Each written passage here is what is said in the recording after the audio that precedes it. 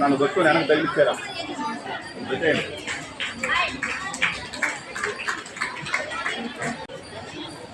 నన్ను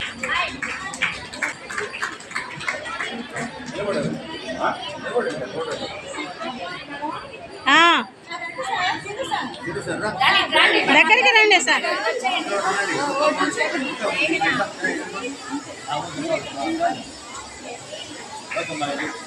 భాష అంత ఉన్నత పుస్తకాల్లో అంతా కూడా గ్రాంధిక భాష ఉండేది. అంటే పద్యాల రూపంలో, ఇప్పుడు మీకు పద్య భాగం గద్య భాగం రెండు ఉన్నాయి కదా బుక్స్ లో, పద్యాల రూపంలో ఉండేది. ఆ పద్యాలు అనేవి చాలా కష్టతరంగా ఉంటాయి. ఆ పదాలు అంటే మీనింగ్ మామూలు సామాన్య జనానికి అర్థమయ్యేది కాదనమాట. అందువల్ల పద్యాలు పాడుతుంటే ఎవరు పెద్దగా వాటిని తెలుసుకోలేకపోయారనమాట. అందువలన తర్వాత కాలంలో ఈ తెలుగు భాష అనేది అందరికీ చేరువ చేయాలా, జనాలు సామాన్య జనానికి అంతా కూడా చేరువ చేయాలనే కృత నిశ్చయంతో ఈ గిడుగు రామ్మూర్తి పంతులు గారి, తర్వాత కందుకూరి వీరేశలింగం పంతులు కూడా వ్యవహారిక భాషకి ఆద్యుడమ్మ ఆయన. కందుకూరి వీరేశలింగం పంతులు కానీ, తర్వాత గురజాడ అప్పారావు గారు కానీ, వీళ్ళందరూ కూడా తెలుగు భాషకి అంటే ముఖ్యంగా వ్యవహారిక భాషకి ఎంతో సేవ చేశారు. వారు ఏ రచన చేశారమ్మా? ఆయన రాసిన పుస్తకం పేరు చెప్పండి. గురజాడ అప్పారావు గారు. దాని సినిమాలు తీశారు. ఎవరు కూడా కన్యాశుల్కం అనే గొప్ప రచన చేశారు. దాని తర్వాత సినిమాకి తీశారు.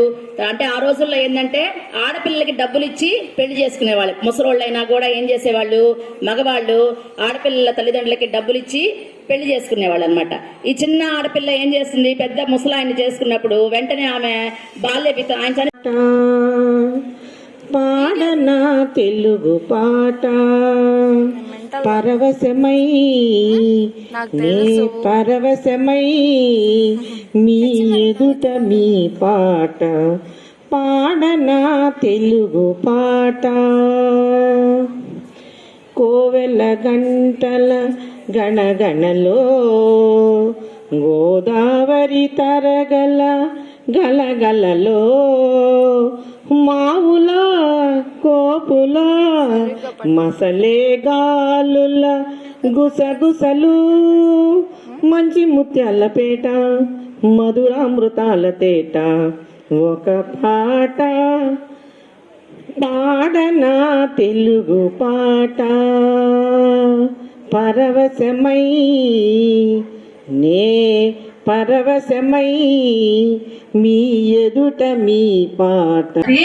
హిందూ గౌరవం, అలాగే మన భాష గురించి మీరు రేపు మంచి స్థాయికి వెళ్ళిపోయి ఎన్నో ఉన్నత స్థానాలను అధిరోహించిన, విదేశాలకు వెళ్ళిన, ఎక్కడికైనా సరే వెళ్ళినా కానీ మన మాతృభాష ఔన్నత్యం అనేది మనం మర్చిపోకూడదు ఎప్పుడు కూడా.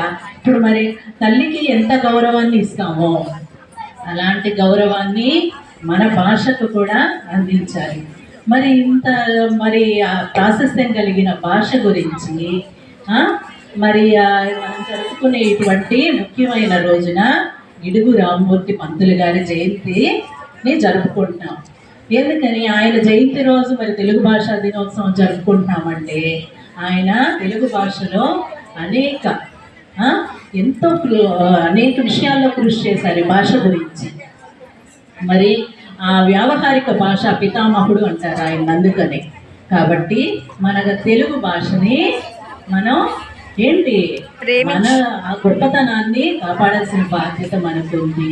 సరేనా? నాకు ఈ అవకాశం ఇచ్చిన ప్రధానోపాధ్యాయుని గారికి ధన్యవాదాలు. కాబట్టి మొదటి కారణమా 1994 నుంచి, అంటే సెల్ ఫోన్లు కొత్తగా వచ్చి ఆ తర్వాత విరివిగా వాడిన తర్వాత లెటర్స్ రాయడం మర్చిపోవడం జరిగింది. పోస్ట్ కార్డ్స్ కానీ ఎన్వలప్స్ కానీ గతంలో రాసేవాళ్ళు, వాటి ద్వారా అనేక సమాచారము కన్వే అయ్యేది. అర్థమవుతుందా? ఈ పాయింట్స్ బాగా వినండి. రెండోది, సెల్ ఫోన్ యొక్క ప్రభావం వల్ల ఉత్తరాలు రాసేవాళ్ళు లేరు. అందువల్ల కూడా తెలుగు భాష దాని యొక్క ఔన్నత్యాన్ని మనం తగ్గించేసాం.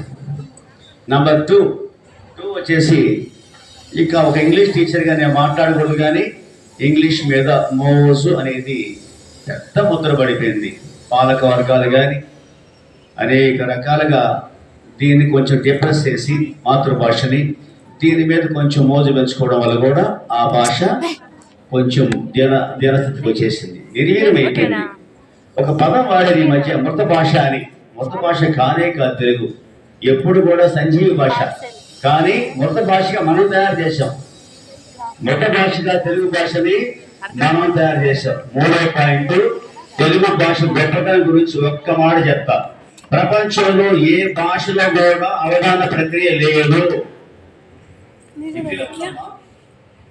ఉంది. కానీ ఈ పిచ్చుకలు కూర్చున్నప్పుడు అంటే అష్టావధానం ఉంది కదా, అష్టావధానం 100 మంది కూర్చుంటే శతావధానం, 8 మంది కూర్చుంటే అష్టావధానం, 1000 మంది కూర్చుంటే ఇంకా అలా పెంచుకుంటూ పోతారు.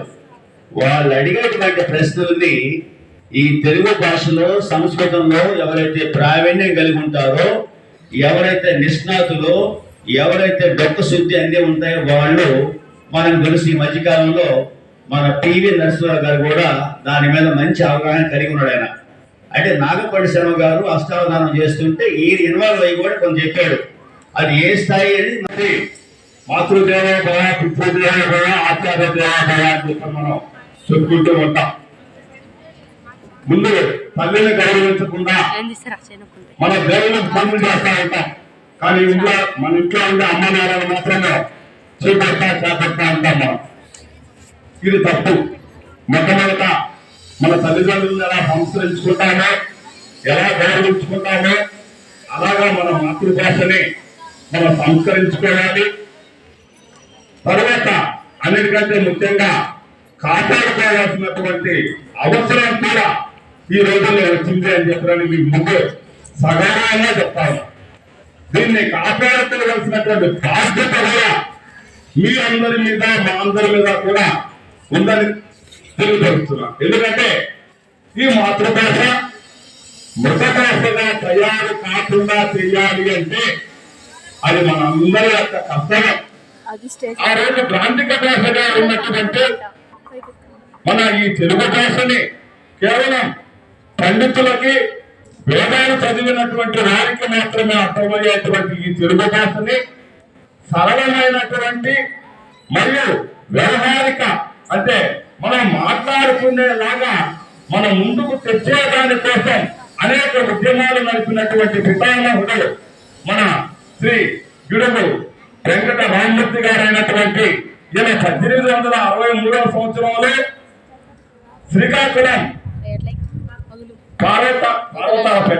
పార్వతాలపేట అనేటువంటి గ్రామంలో పుట్టి ఆ రోజు నుండి కూడా ఈయన అనేక ఉద్యమాలని నిర్వహిస్తేనే ఈ రోజు మన కమ్మనైన పాటలు వింటున్నాం, భాష మాట్లాడుకుంటున్నాం, దాన్ని ధ్యాస. ఇప్పుడు అందరూ చదువుకుంటున్నారు కదమ్మా. అప్పటి నుంచి అందరూ చదువుకుంటున్నారు. అక్షరాస్యత శాతం కూడా మనలో పెరిగిపోయింది. కాబట్టి అందరికీ అర్థమయ్యే భాష కోసం గిడుగు వెంకటరామమూర్తి పంతులు గారు కృషి చేశారు. కాబట్టి ఈయన జన్మదిన సందర్భంగా ఈ తెలుగు భాషా ఉద్యమాన్ని జరుపుకోవడం జరిగింది. సరే, ఇప్పుడు రాను ఇంగ్లీష్ మీడియం వచ్చేస్తుంది కదా, తెలుగు అస్సలు రావట్లేదు. అక్షరాలు, ఒత్తులు, పల్లెలు కూడా సరిగా చదవటం లేదు. దీర్ఘం లేని అక్షరాలకి దీర్ఘం పెట్టి చదువుతున్నాం మనం. ఇప్పుడు చాలా మందిలో చూస్తున్నాను ఆ విషయం, అది కదమ్మా. ఇప్పుడు మనము దీర్ఘం అట్లా ఒత్తులను బట్టి కూడా కాదు, ఆ అక్షరాలు ఉండే భావాన్ని బట్టే.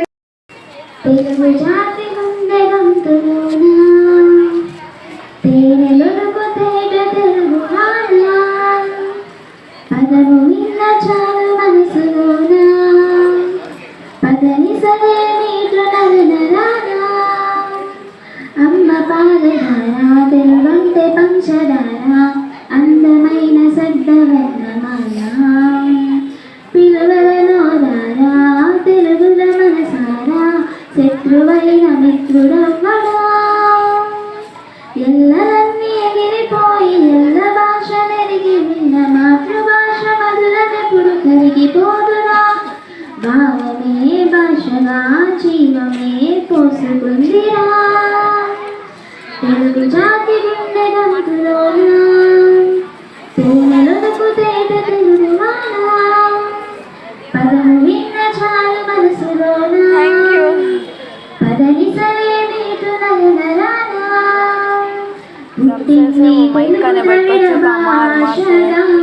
శ్రీరాని పదం నుండి తీయగా అమరావతి స్తూపం చూపించగా నాగములు తొలి తెలుగు శబ్దంగా భారతదేశ తెలుగు పలుకు వెలుగు తెలుసుగా ప్రపంచ భాష తెలుగు జాతి గుండె గొంతులోన తేనెలకు తేట తెలుగు వాన పదము విన్న చాలు మనసులోన పదని సరై నీకు నదులాన అమ్మ పాల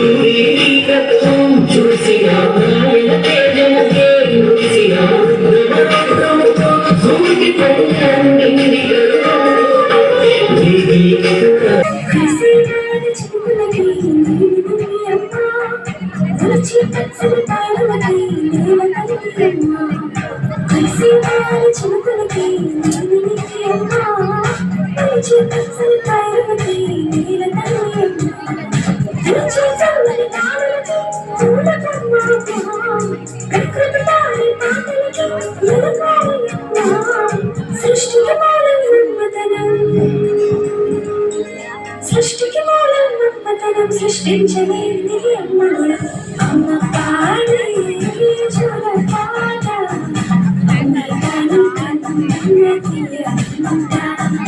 అమ్మ పాడే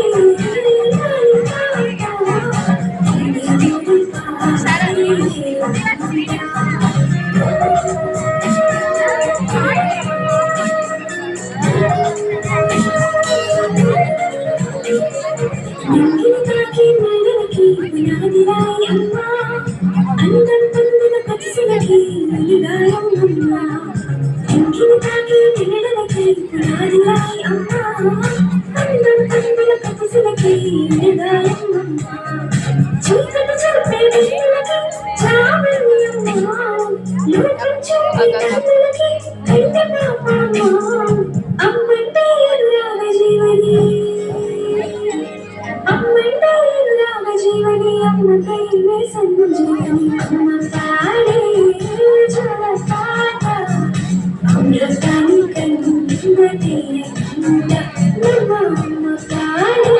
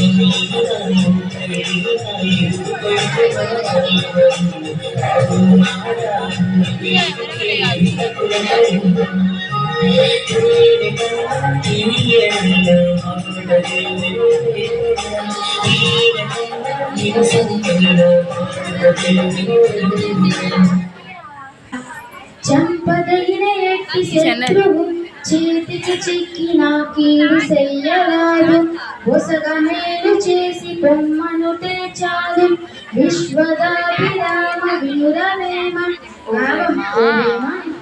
చంపదగిన ఏటి శత్రువు చేతికి చిక్కిన వాడికి కీడు చెయ్యరాదు తిరిగి ఏదైనా ఉపకారం చేసి పంపిస్తే అదే నిజమైన శిక్ష భూమి నాది అన్న భూమి పగునవు దానరీలు చూచి ధనము నవ్వు కథన వీధు చూచి కాలెండు నవ్వు విశ్వదాభిరామ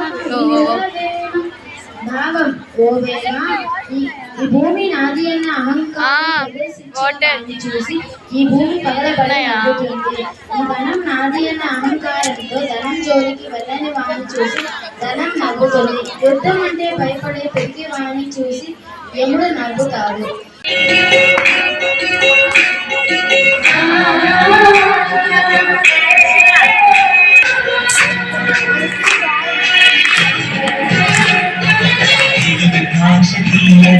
తెలుగు జాతి ఉన్నతను తెలుసుకున్న వాళ్ళకి తెలుగే ఒక మూలధనం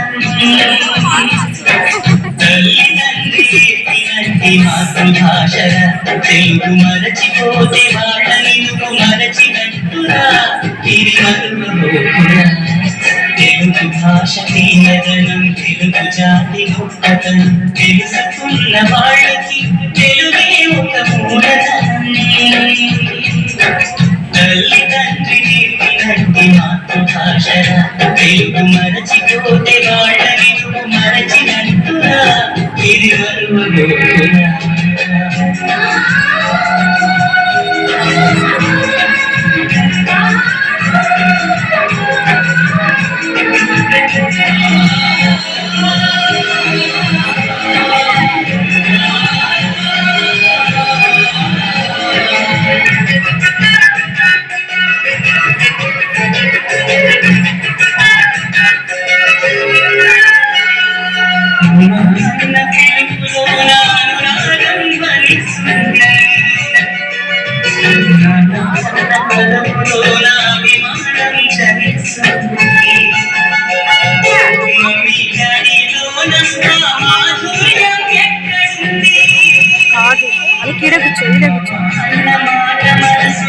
నిలుస్తుంది అతనంటే చాలు మనకు ఆడగడేలా మానీయంలోన ఆప్యాయత ఎక్కడుంది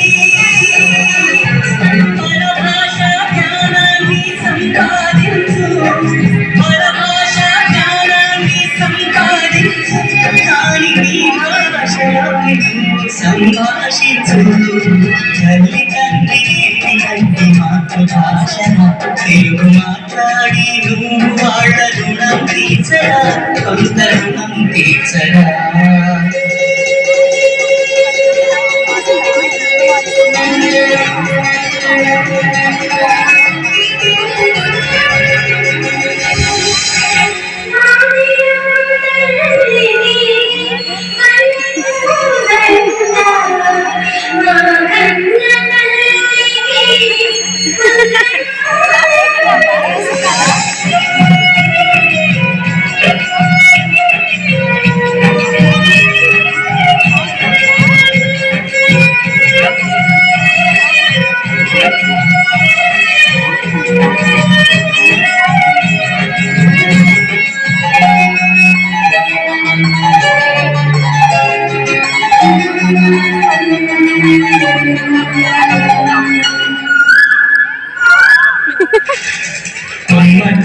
పక్షులను